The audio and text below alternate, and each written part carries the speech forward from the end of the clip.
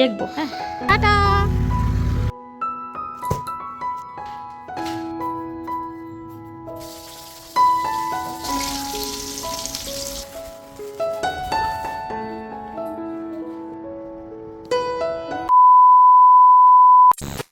আজ আমি ভোর 4:30টার সময় ঘুম থেকে উঠেছি। তারপর এদিকে চলে এসেছি মেয়ের রুমে।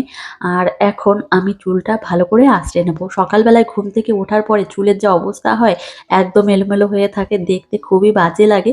তো ভাবলাম যে প্রথমেই চুলটা আঁচড়ে নিই। এমনি প্রত্যেকদিনই আমি চুল প্রথমে আঁচড়ে একদম গুছিয়ে নিই চুলগুলো, তারপর আমি ঘর থেকে বের হই। তো হ্যালো এভরিওয়ান, গুড মর্নিং। কেমন আছো সবাই? আশা করছি তোমরা খুব ভালো আছো, যে যেখানেই আছো সুস্থ আছো। আমিও বেশ ভালোই আছি। আজ আরো একটি নতুন ব্লগে তোমাদেরকে জানাই অনেক স্বাগত, অনেক অনেক ভালোবাসা। ঘুম থেকে উঠেই প্রথমেই আমি চুলটা খুব সুন্দরভাবে বেঁধে নিয়েছি। তারপর এদিকে চোখে মুখে জল দিয়ে চলে এসেছি মেয়ের রুমে। তো ভাবলাম এখন গুছিয়ে তারপর একবারে খাটটা পরিষ্কার পরিচ্ছন্ন করে নিয়েই আমি একবারে ঘরটা ঝাড়ু দিয়ে তারপর বাইরে বেরোবো। আর নিচে গিয়ে আমার কাজ আছে, উঠোন ঝাড়ু দেওয়া, সেই সঙ্গে থালা বাসন মাজা, তো রান্নাঘর পরিষ্কার পরিচ্ছন্ন করা, এই সমস্ত কাজ রয়েছে। তো ভাবলাম ওপরের কাজগুলো আগে করে নিই ঝটপট করে, তারপর আমি নিচেই যাব। তো এদিকে এই কাজগুলো যদি এখন না করি তাহলে আর হবে না। প্রত্যেকটা দিন যে কতটা ব্যস্ততার মধ্যে আমার সময়গুলো কাটে সেটা একমাত্র আমিই জানি, কাউকে বোঝাতে পারবো না আর বোঝাতেও চাই না। তো মেয়েকে স্কুলে দিয়ে আসা, নিয়ে আসা, তারপর ওকে খাওয়ানো, এদিকে ঘরের কাজকর্ম করা, নিচে তোলার কাজকর্ম করা, আবার এই যে ওপরের ঘরের কাজ গোছানো।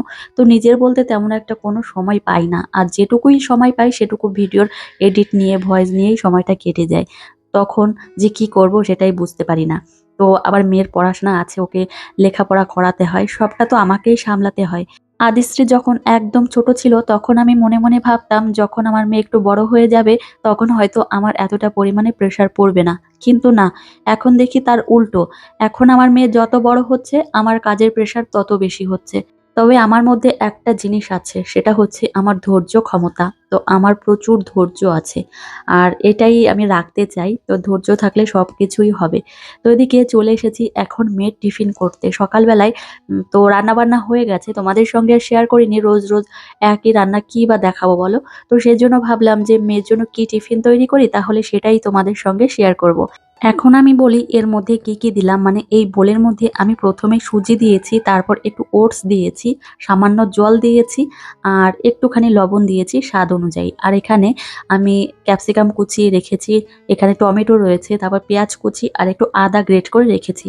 তো আমি ওটস আর সুজি একসঙ্গে ভিজিয়ে রেখেছিলাম, প্রায় 10 মিনিট হয়ে গেছে। তো এখন দেখলাম অনেকটাই নরম হয়ে গেছে। তো ভাবলাম তাহলে এখন আমি পেস্ট তৈরি করে নেব। তো দেখো একদমই নরম হয়ে গেছে। আর আমি মিক্সার মেশিনে এই যে পেস্ট করে নিয়েছি, এই টাইপের একটা ব্যাটার তৈরি হয়েছে। এর মধ্যে এখন আমি কুচানো পেঁয়াজ, তারপর টমেটো আর গ্রেট করা আদা, এই সমস্ত একসঙ্গে মিশিয়ে আমি তারপর মেয়ের জন্য টিফিন তৈরি করব। তো আদিশ্রীর জন্য আমি অনেক ধরনের টিফিন তৈরি করতে পারি, কিন্তু ও একদমই খায় না।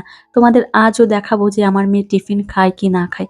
প্রত্যেক দিনই ওকে টিফিন দিই, কিন্তু একদমই খেতে চায় না। কবে যে খাবে কে জানে, সেটাই মনে মনে কল্পনা করি। তো এদিকে আমি এখন টিফিনটা তৈরি করে নিচ্ছি ফ্রাই প্যানে। এখন এইভাবে দেখো প্যানকেকের আকারে আমি খুব সুন্দরভাবে এই যে তৈরি করছি। তো এখন আমি একটু ঢেকে দিয়েছি, ভালোভাবে বয়েল হয়ে গেছে। তো দেখো দেখতেই পাচ্ছ। তো এই টাইপের করে আমি বানিয়ে নেব। আচ্ছা তোমাদের এখন বলি, আমি প্রথমে ফ্রাই প্যানে আমি একটু বাটার দিয়ে নিয়েছিলাম। তো এখন এই যে দেখো, তো এগুলো হয়ে গেছে। কি বলবো নাম আমি জানি না, তবে আমার মনের থেকে এসেছে যে এইভাবে তৈরি করব, তো সেইভাবেই তৈরি করে নিয়েছি। তো দেখো এত সুন্দর একটা ফ্লেভার আসছিল, খুবই সুন্দর। আর আমি একটু খেয়ে দেখেছিলাম, তো ভয়েসটা পরে দিচ্ছি, সেই জন্য তোমাদেরকে জানাতে পারলাম। তো মেয়ের জন্য টিফিন একদমই রেডি হয়ে গেছে। তো এখন ঠান্ডা হলেই তারপর ওকে আমি দিয়ে দেবো টিফিন বক্সের মধ্যে। তো এদিকে দেখো একটু বাড়তে রয়েছে, ভেবেছিলাম যে 4 পিস করে করব তো মেয়েকে দেবো, কিন্তু দেখলাম না অনেকটাই গোলানো হয়ে গেছে। তো ভাবলাম তাহলে আমার জন্য রেখে দেবো, আমি একটু খেয়ে নেব। তো এদিকে দেখো একদমই রেডি হয়ে গেছে মেয়ের টিফিন, এখন ও টিফিন বক্সের মধ্যে দিয়ে দেব। তো অনেক আশা নিয়ে আমার মেয়ের টিফিনগুলো তৈরি করে দিই, কিন্তু প্রত্যেক দিনই ও টিফিন ফিরিয়ে নিয়ে আসে। তো দেখো আমি 4 পিস দিয়েছি, পরে আবার ভাবলাম যে আর 1 পিস দিয়ে দিই, যদি ওর বন্ধুরা খায় বা আশেপাশে বাচ্চারা থাকে ওর পাশে। তো ওরা যদি খেতে চায় সেই জন্য আমি একটু বেশি করেই দিয়েছি। কিন্তু দেখা যাক ও যখন স্কুল থেকে আসবে তখন তোমাদের সঙ্গে শেয়ার করব ও খেয়েছে কিনা। তো এদিকে মাম্মাম সোনাকে এখন আমি রেডি করাতে নিয়ে চলে এসেছি। তো আমাদের উঠানে ধান রয়েছে সেই জন্য ওকে বাথটবে স্নান করাতে পারিনি। আমাদের যে কলপাড় রয়েছে নিচে সেই কলপাড় থেকে ওকে স্নান করিয়ে নিয়ে এসেছি। তো এই টাইমটা প্রচণ্ড ব্যস্ত থাকি, বিশেষ করে মেয়েকে রেডি করিয়ে স্কুলে পাঠাবো সেই টাইমটা খুবই ব্যস্ত থাকি। প্রত্যেকটা মায়েরাই থাকে এই টাইমটা ব্যস্ত। তো মেয়ের টিফিনটা গোছানো হয়ে গেছে, জলের বোতলে জল ভর্তি হয়ে গেছে। তো এখন ওকে আমি চুল আঁচড়ে দেবো। আর সেই সঙ্গে ভেবেছি যে মেয়েকে স্কুলে দিতে যাব কি ওর বাপি যাবে কে জানে। ওর বাপের কাছে আবার প্রত্যেকদিন শুনতে হয় তুমি আজকে ওকে নিয়ে যাবে তো না আমি যাব। তো ও যদি বলে যে তুমি নিয়ে যাও বা আমি নিয়ে যাব, সেইভাবে একটা স্বস্তিতে থাকি। প্রত্যেকদিন জিজ্ঞাসা করতে হয়। তো ওর বাপির আবার সময় বুঝে কথা বলে যে আজকে যেতে পারবো কিনা। তো সেই জন্য বলছি। তো এদিকে দেখো মেয়েকে রেডি করিয়ে নিয়ে রান্নাঘরে এসেছি। মাম্মা, এই যে টিফিন খুব সুন্দর করে তৈরি করে দিয়েছি, খাবে কিন্তু। এদিকে তাকাও মাম্মা। আদি খাবে? হ্যাঁ মা। আচ্ছা, দেখবো। হ্যাঁ, ওয়াও, কত সুন্দর না মা? হুম।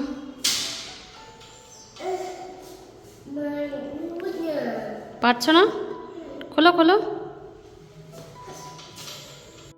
এখন হয়তো অনেকেই ভাববে মেয়েকে দিয়ে গেট খোলাচ্ছ কেন? আসলে কি বলতো, আমি প্রত্যেকদিন গেটটা খুলে দিই কিন্তু আমার মেয়ে এখন বলল মা আমি খুলবো। সেই জন্য ও ওইভাবে চেষ্টা করছিল। আর ওর বাপি ওকে স্কুলে নিয়ে গিয়েছে। আর এদিকে আমার একটা পার্সেল এসেছে গতকালকে বিকালের দিকে। তো পার্সেলটা হচ্ছে এর মধ্যে একটা 2 পিস রয়েছে, মানে চুড়িদার রয়েছে। তোমাদের অন্য একটা ব্লগে না হলে এই ব্লগেই দেখিয়ে দেব যে এর মধ্যে কি আসলো। মেয়েকে স্কুলে পাঠিয়ে দিয়ে তারপর আমি স্নানটা সেরে চলে এসেছি রুমে। আর এখন আমি নিজের একটু কেয়ার করব। আর একটা কথা বলি, আমি তোমাদেরকে জানিয়েছি যে আমার মেয়েকে স্কুলে দিই। এখন জানো তো আমার এই 2 পিস চুড়িদার এগুলো পরতে খুব ভালো লাগে, বিশেষ করে কুর্তি। তো সেই জন্য আমি একটা দুটো করে আমি কিনে রাখছি। তো একবারে কেনা তো আমার সম্ভব না, একদম সম্ভব না। সেই জন্য আমি একটা দুটো করে আস্তে আস্তে করে কিনছি। তো মাঝে একটা ওর বাপি কিনে দিয়েছিল, মানে আমি অর্ডার করেছিলাম, ওর বাপি টাকা দিয়েছে। আর বাকি যে দুটো নিয়েছি সেটা আমার টাকা দিয়েই আমি নিয়েছি। তো এদিকে রান্নাঘরে এসেছি। তো দেখলাম এই ফলগুলো শুকিয়ে যাচ্ছে। তো ভাবলাম তাহলে একটা আপেল রয়েছে আর দুটো কি তিনটে বেদানা রয়েছে। তো ভাবলাম আপেলটা খাবো। তো জানো তো আমি দুটো আপেল খেয়ে নিয়েছি। তো তোমাদের একটা কথা আমি জানাবো, দেখো এই আপেলটার গায়ে মোম রয়েছে। তো গালা লেখা রয়েছে। তো আসলে কি বলতো, এইভাবে আমার মন চাইলো যে এইভাবে একটু দেখি তো কি আছে আপেলের গায়ে এত চকচক করছে। তো তারপর আমি দেখলাম যে আপেলটার গায়ে মোম, দেখো তো একদম মোমে ভর্তি রয়েছে। তো এইভাবে আমি আপেল দুটো খেয়ে নিয়েছি। ভাবা যায় আপেলটার গায়ে একটা স্টিকার রয়েছে, সেই স্টিকারে লেখা রয়েছে ফ্লাশ গালা। হয়তো এই আপেলটাতে মোম রয়েছে। তো আমি অতটা জানি না, আমার অতটা ধারণা নেই। আমি এই শুদ্ধ খেয়ে নিয়েছিলাম দুটো কি তিনটে। তো ভাবলাম আজকে কি মনে হলো যে আমি এটা একটু দেখি তো গায়ে একটু ছুরি দিয়ে একটু দেখি, দেখলাম না মোমই। তো পরে ভাবলাম কি যে আমরা বইয়ে পড়েছি যে পাতায় কিন্তু কিউটিকল থাকে, প্রাকৃতিক যে মোমটা, বা ফলের গায়ে থাকে প্রাকৃতিক মোম। কিন্তু না, এটা কৃত্রিমভাবে দেওয়া। আর এটা খেলেই শরীরের ক্ষতি। দেখতে ভালো লাগে কিন্তু না, এটা খেলে খুবই ক্ষতি। তো তোমাদের একটা কথা বলি, আমি রান্না করতে যাব এমন সময় দেখলাম আমার মামা শ্বশুর মশাই আমাদের বাড়িতে এসেছে। তো বসে রয়েছে ফ্যানের নিচে। তো মামাকে বললাম মামা টিফিন খাও। তো মেয়ের জন্য তৈরি করেছিলাম, তো মামা খেয়েছে। আর জিজ্ঞাসা করলাম কেমন হয়েছে টেস্ট, বলল খুবই ভালো হয়েছে। তো এদিকে তারপর মামার সঙ্গে একটু গল্প করে চলে এসেছি রান্নাঘরে রান্না করতে। তো আজও ধানের কাজবাজ হচ্ছে। তো এদিকে আমি মাটির উনানে রান্না করতে চলে এসেছি। কি কি মাছ নিয়ে এসেছে তোমাদের একটু দেখালাম। এখানে রয়েছে বাটা মাছ আর 1 পিস কাতলা মাছ রয়েছে, সেটা আমার মেয়ের জন্য। বাটা মাছ আমার মেয়ে খেতে পারবে না। আর বাটা মাছে প্রচন্ড পরিমাণে কাঁটা থাকে, একদমই খাওয়া যায় না। আর মায়া মাছ নিয়ে এসেছে। তো এদিকে রান্না বান্না করছি আর আমার মেয়ে স্কুল থেকে চলে এসেছে। আজ রান্না করতে আমার বড্ড বেশি দেরি হয়ে গেছে, সবটা সামলে উঠতে অনেকটাই দেরি হয়ে গেছে। তো যাই হোক, ওর বাপিকে ফোন করে দিয়েছিলাম যে আদিশ্রীকে স্কুল থেকে নিয়ে এসো। তো তারপর ও স্কুল থেকে নিয়ে এসেছে। আর এদিকে কি কি রান্না করলাম তোমাদের সঙ্গে একটু শেয়ার করি। এখানে হেলেঞ্চা শাকের তরকারি রয়েছে আর কাঁচকলা আলু দিয়ে তরকারি রান্না করেছি বাটা মাছ দিয়ে। এদিকে পটল ভাজা। তো এদিকে আমার মেয়ের জন্য আলাদা করে তরকারি তুলে রেখেছি। আর এদিকে একটা মাছ ভাজা রয়েছে, বাটা মাছ ভাজা। এটা আমার ভাগনার জন্য। তো যাই হোক, আজকে দুপুরবেলা কি কি রান্না হয়েছে তোমাদের সঙ্গে তো শেয়ার করলামই। আর এদিকে মেয়ের জন্য এখন খাবারটা রেডি করে নিচ্ছি। তো আমার মেয়ে তো স্কুল থেকে চলে এসেছে, ওকে ফ্রেশ করিয়ে দিয়েছে ওর বাপি। যেহেতু আমি রান্না বান্না করছিলাম, প্রচন্ডই ব্যস্ত ছিলাম, সেই জন্য ওর বাপি ফ্রেশ করিয়ে দিয়েছে। আর এদিকে পাতিলেবু নিয়ে নিয়েছি মেয়ের জন্য। আর এই গরমের দিনে পাতিলেবু দিয়ে ভাত খেতে কি যে ভালো লাগে। আদিশ্রী, তোমার খাওয়া দাওয়া হয়ে গেছে? কি খেয়েছো? কি খেয়েছো বলো? ভাত হ্যাঁ, আর আর আর কি খেয়েছো? মাছ হ্যাঁ, ভাত আর মাছ। তো আদিশ্রী, হ্যাঁ মাম্মা, তুমি এখন ঘুমো দেবে? এরকম আচ্ছা চলো, তোমাকে ঘুমো। হ্যাঁ, তোমার ঘুম পেয়ে গেছে আমার মাম্মা। হ্যাঁ মা, কি এটা? তো এটা হচ্ছে আদিশ্রীর রিং, তাই তো? এটা মাম্মামের রিং। মা হ্যাঁ এ পড়লে জীবনে পড়লে মাম্মা, মাসি কোথায়? মাসি এ বাড়ি না মাসি বাড়িতে চলে গেছে? তোমার মায়া লাগছে মা? কষ্ট লাগছে? কষ্ট? তো মেয়েকে দুপুরবেলায় খাইয়ে দাইয়ে দিয়েছি, তারপর আমারও খাওয়া হয়ে গেছে। এদিকে মেয়েকে নিয়ে আমি একটু বসে রয়েছি রুমে। তো এই রুমে তো ঘুমোয় না, তো ওর পাশের রুমে ঘুমোয়।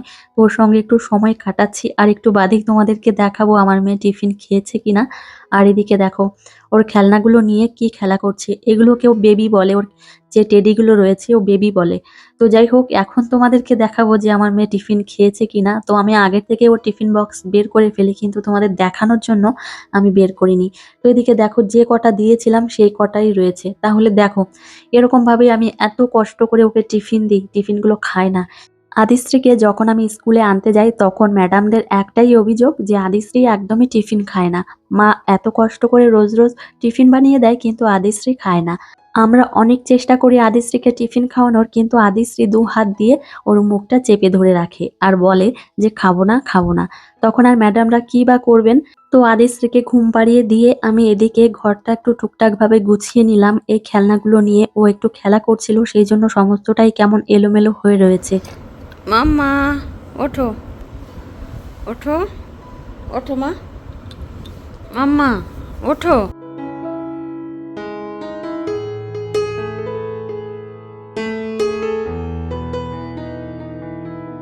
সন্ধ্যার একটু আগে মেয়েকে ঘুম থেকে ডাকতে আসলাম, কিন্তু ও একদমই উঠবে না। এই ঘুম থেকে ডাকা নিয়ে ওর সঙ্গে প্রত্যেকদিন আমার প্রায় এরকম মন কষাকষি হয়।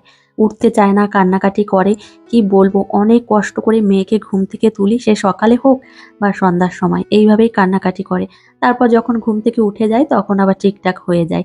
তো এদিকে সন্ধ্যার সময় মেয়েকে নিয়ে এখন একটু ঘরে এসেছি, মেয়েকে সন্ধ্যার খাবার খাইয়ে দিয়েছি। তো তারপর তোমাদের ভাবলাম যে যে পার্সেলটা এসেছে তোমাদের সঙ্গে একটু শেয়ার করব যে কি আসলো।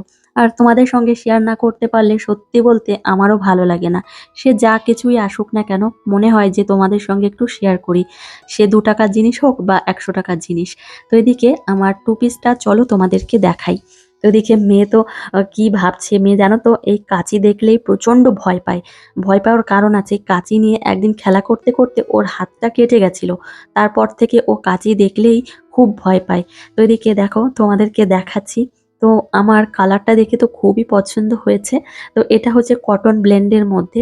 তো দেখো, তো ডিজাইনটাও বেশ ভালো, বিশেষ করে প্রিন্টটাও খুব ভালো এসেছে। আর একদমই স্লিভলেস। আর আমি স্লিভলেস পরতে খুবই পছন্দ করি, তোমরা তো জানোই, তোমরা আমার ভিডিও দেখে বুঝতে পারো যে আমি বেশিরভাগ স্লিভলেসই পরে থাকি। তো এই দেখো আমার টু পিসটা। যাই হোক, টু পিসটা তোমাদের সঙ্গে শেয়ার করলাম। আর সন্ধ্যা লেগে গেছে, ভাবলাম টু পিসটা দেখিয়েই তারপর মেয়েকে আবার বই নিয়ে বসাবো। তো ওকে এখন বই নিয়ে না বসালে আর হবে না, আবার রান্না বান্না করতে শুরু করে দেব, তখন আর একদমই হবে না। যাই হোক, টু পিসটা তোমাদেরকে দেখালাম। আর এদিকে এখন মেয়েকে নিয়ে বই নিয়ে বসবো। তো আমি যদি বসে না থাকি ও একদমই লিখতে চায় না। তো ওকে হয়তো আমি লিখতে দিয়ে একটু অন্য কাজে গেলাম, কিন্তু না, ও মানে বসেই থাকবে, ও লিখবে না। সেই জন্য ওর পাশে বসে যতক্ষণ থাকবো ততক্ষণ ও লিখতেই থাকবে। আর আদিশ্রী এখন মোটামুটি অনেক কিছুই শিখে গেছে জানো তো, কিন্তু প্র্যাকটিস করায়, ডেইলি ওকে প্র্যাকটিস করায়, সেই জন্য আস্তে আস্তে করে শিখে যাচ্ছে। আদিশ্রীর স্কুলে লেখাপড়াটা খুব ভালো হয়, বিশেষ করে এটুকু বাচ্চাদের খুব সুন্দর করে গাইড নিয়েই একদম ওদের লিখিয়ে দেয় বা ওদের লেখায় হাত ধরে। এটা আমার খুব ভালো লাগে। আর বিশেষ করে এই যে দেখো এইভাবে আমি ওকে মানে স্কুলে যেটা পড়াই সেটা আমি ফলো করতে করতেই ওকে আমি শেখাই। তো দেখো এখন ক, খ, গ, ঘ এখন সবই পারে লিখতে। হয়তো মনে রাখতে পারে না কিন্তু ও দেখলে সব লিখতে পারে। আগে তো কিছুই পারতো না, এই যে ১ মাস আগেও তেমনভাবে কোনো কিছু পারতো না।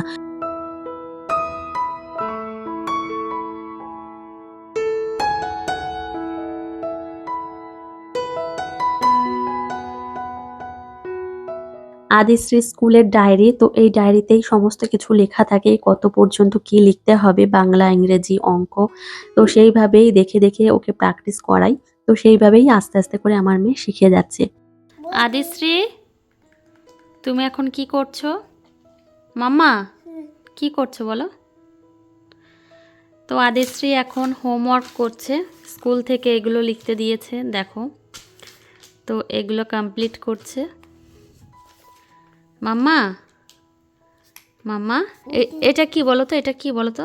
কম এটা হ্যাঁ এটা এটা গ, গম এটা ঘ, হ্যাঁ এটা উমু হ্যাঁ এটা চ হ্যাঁ, এটা ছ, চ এটা জ, চ এবার উদে ঝ, ছ লেখো। যাই হোক বন্ধুরা, আজকের ব্লগটি এখানেই শেষ করছি। তোমাদের কেমন লেগেছে জানিও। আর তোমাদের সঙ্গে দেখা হবে পরের একটা মিষ্টি ব্লগে। টাটা।